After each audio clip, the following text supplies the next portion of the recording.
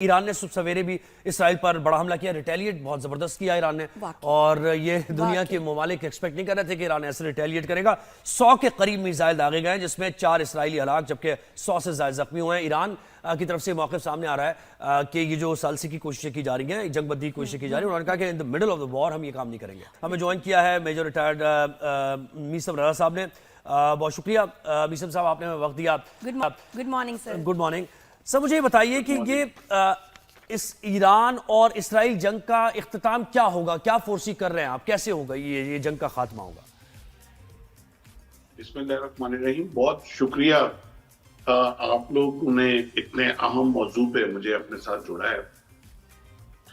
अगर मैं काफिया रदीफ छोड़ के स्ट्रेट आपके सवाल पे आऊं, जी जी, तो आपने वो नेतन्याहू की जो स्पीच की है उसने कल सुबह जो हमारे टाइम पे रिलीज हुई थी, आप उसका एक एक लफ्ज गौर से सुने कि उसमें पूरा इजराइल का पूरा ज़ायनिस्ट जो ये पूरी मूवमेंट है, जो ग्रेटर इजराइल का जो प्लान है, उसने पूरा मुबहम वर्ड्स में डिफाइन कर दिया। बिल्कुल। उसने ईरान को वो स्पीच की है, उन्वान था कि मैं आज स्पीच ईरान की आवाम से कर रहा हूँ जी। यानी कि माँ का दुश्मन औलाद का हिजरा, कि तेरा तल्लक क्या है ईरान के कौम के साथ, तू कब से सज्जन बन गया ईरान की कौम का, यानी कि जिन पे तू गोले बरसा रहा है, जिनको मार रहा है, तू उनके सज्जन बन के उनके और उनके साथ बात ये कर रहा है कि हमने रजीम चेंज करना है, हमने रजीम चेंज करना है, ये जुल्म का रजीम है जो चेंज करना है आपके लिए।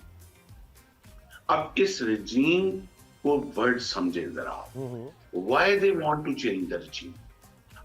इस वक्त आप अगर go back like 15 years, Arab spring चली, रजीम चेंज हुए अरब कंट्रीज में, उसके बाद वो रजीम इजिप्ट में चेंज हुआ, वो रजीम सूडान में चेंज हुआ, वो रजीम आपके यमन में चेंज करने की कोशिश की, अभी शाम में चेंज हुआ, शाम में, पहले इराक में, सीरिया में चेंज हुआ, और ये कि लोगों की भलाई के लिए इराक तबाह कर दिया, अफगानिस्तान में चेंज हुआ, अफगानिस्तान अभी रिसेंटली सीरिया के अंदर रजीम चेंज किया उन्होंने, और यही वजह है कि अभी इस वक्त सारी अटैक की सपोर्ट उनको सीरिया से मिल रही है। वो रजीम चेंज पाकिस्तान में भी हुआ था। खैर, लेट्स गेट ओवर इट।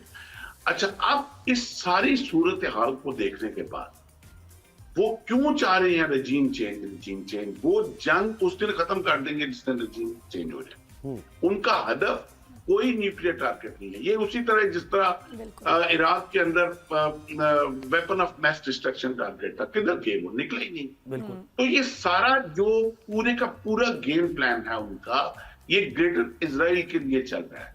जिस तरह स्ट्रेट मैं आपसे बात करूंगा कि अमेरिका के 2 नाजायज बच्चे हैं इस दुनिया के अंदर, एक भारत है और एक इजराइल है।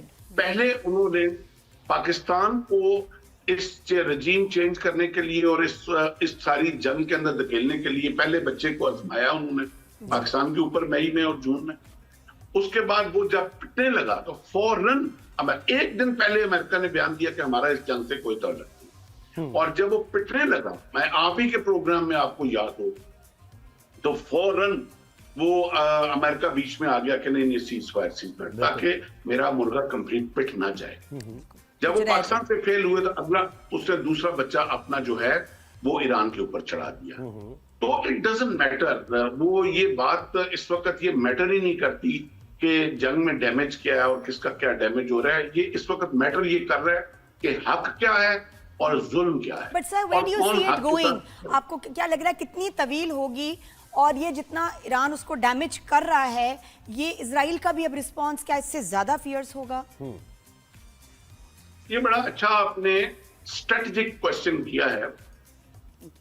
इसमें आपने देखना ये है कि what Iran has to lose and what Israel has to lose. जो बहुत बड़ा एक, इसमें कोई शक नहीं, इस वक्त इजराइल के पास एक बहुत बड़ी अददी टेक्नोलॉजी वाइज बहुत बड़ी बढ़तरी है उसके पास, और उसके पास वेपन्स में अददी बढ़तरी है, उसके पास टेक्नोलॉजी की, इलेक्ट्रॉनिक वॉरफेयर की, फाइटर जेट्स की, एयर सिक्योरिटी की बहुत ज्यादा बढ़तरी है। मगर इसराइल को एक बहुत बड़ा एडवांटेज है, डिसएडवांटेज है कि दे डोंट हैव लैंड। उनके पास डेप्थ नहीं है लैंड, डेप्थ नहीं है, बिल्कुल सही।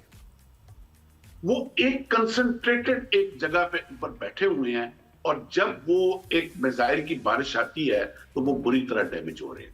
ईरान को एक बहुत बड़ा एडवांटेज है कि they have depth to fight. जिन स्ट्रेटेजिकली देखना क्या है जी, कहते हैं कि mountains advantage होते हैं। जिन मुल्कों के पास डेप्थ होती है जंग लड़ने की, वो लंबी जंग लड़ सकते सर हैं। डेप्थ का क्या उनको कोई मतलब, टेंशन नहीं डेप्थ का क्या मतलब कि डेप्थ होनी चाहिए?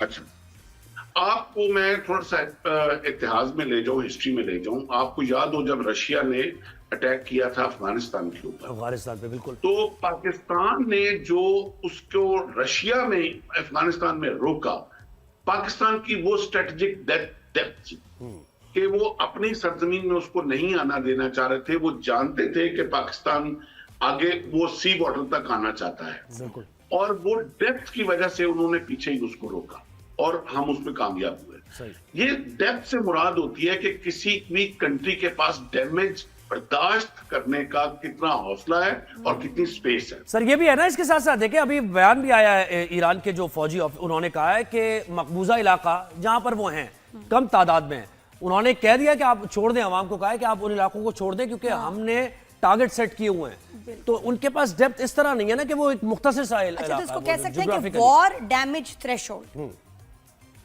है, ऐसे कुछ कह सकते हैं डेप्थ को? फरमाइए किसी सर। मुल्क का कितना थ्रेशोल्ड है उसके डैमेज को बिल्कुल लेने का? बिल्कुल ऐसे कह सकते हैं कि ये डैमेज बर्दाश्त करना कितना हौसला है और कितनी उसके अंदर Resources उनके हैं। अंदर गुंजाइश है। सही, इसको आप डेप्थ कह सकते हैं। ठीक है सर, सही बात। कि इजराइल के पास, इजराइल ने तो आज तक दुनिया ने सिर्फ इजराइल को गोले बरसाते देखा है मजलूमों पे, निहत्तों पे। इजराइल की आवाम ने तो आज तक गोले बरसते देखे नहीं है। बिल्कुल। देखें, एक आपने कौमों के बीच में जब फर्क देखना है ना, तो आप ये देखें कि जब इजराइल ने इतना बड़ा अटैक किया और तमाम फर्स्ट टीयर उनकी जो थी लीडरशिप की वो मार दी उन्होंने, लेकिन जब ईरान ने इजराइल के ऊपर अटैक किया तो उसके बाद आज तक 2 दिन हो गए हैं, ईरान की पूरी कौम सड़कों के ऊपर सेलिब्रेट कर रही है, बिल्कुल। और उनकी हर मस्जिद में नमाज के अंदर तादाद जो है वो 10 गुना बढ़ गई है बिल्कुल। जमात के साथ। जबकि इजराइल की कौम इस वक्त 2 दिन से बंकर्स के अंदर है, और उनका जो नेतन्याहू है वो मुल्क छोड़ के भाग नहीं, अवाम भी भाग रहे हैं सर, फ्रांस भाग रहे हैं, बहुत से ये रिपोर्ट बात देख रहा हूं। सही है कि नेतन्याहू भाग गया है? नहीं, वो एक रिपोर्ट आ रही है, मुतजाद आपको इत्तलात क्या है। लगता है? लेकिन अवाम नेतन्याहू भाग भाग चुका हूं। जी जी जी जी। क्या कह रहे हैं? नेतन्याहू भी भाग चुका हुआ है। वो पहले तो उधर से स्टेट वो चूंकि हमारे पास वो एयर ट्रैकिंग रडार्स होते हैं, तो वो पहले ग्रीस किया, उधर से ग्रीस से आगे किधर टेक ऑफ करके गया वो उसकी इतला नहीं है, लेकिन ये कंफर्म है कि वो भाग चुका हुआ है। अब ये जंग मैं ये देख रहा हूं कि थोड़ी सी अभी प्रोलॉन्ग चलेगी, लेकिन इसके प्रोलॉन्ग चलने के एक बहुत बड़े नुकसान जो हैं वो पूरे रीजन के ऊपर आएंगे। बिल्कुल। वो ये तो बहुत छोटी चीज है कि प्राइस हाइक, ऑयल प्राइस, ये वो नहीं है। ईरान एक अरसे से एक एनरिचमेंट प्रोग्राम चला रहा है यूरेनियम का। वो 70 to 80% तक एनरिचमेंट ले जा चुका हुआ है। 90% पे जाके वो वॉरहेड के तौर पे यूज हो सकता है। अब ईरान को बहुत थोड़ा सा टाइम चाहिए उसकी कंप्लीट एनरिचमेंट के लिए। जिस दिन ईरान को इन्होंने सफोकेट करने की कोशिश की, जिस दिन ईरान को इन्होंने बंद गली में धकेलने की कोशिश की, ईरान हत्तल वसा कोशिश करेगा लास्ट ऑप्शन पे न जाए, बट मरता क्या ना करता, जिसने अपने सर्वाइवल के लिए इंसान ने इस वेपन का मकसद ही यही है, अपनी प्रोटेक्शन,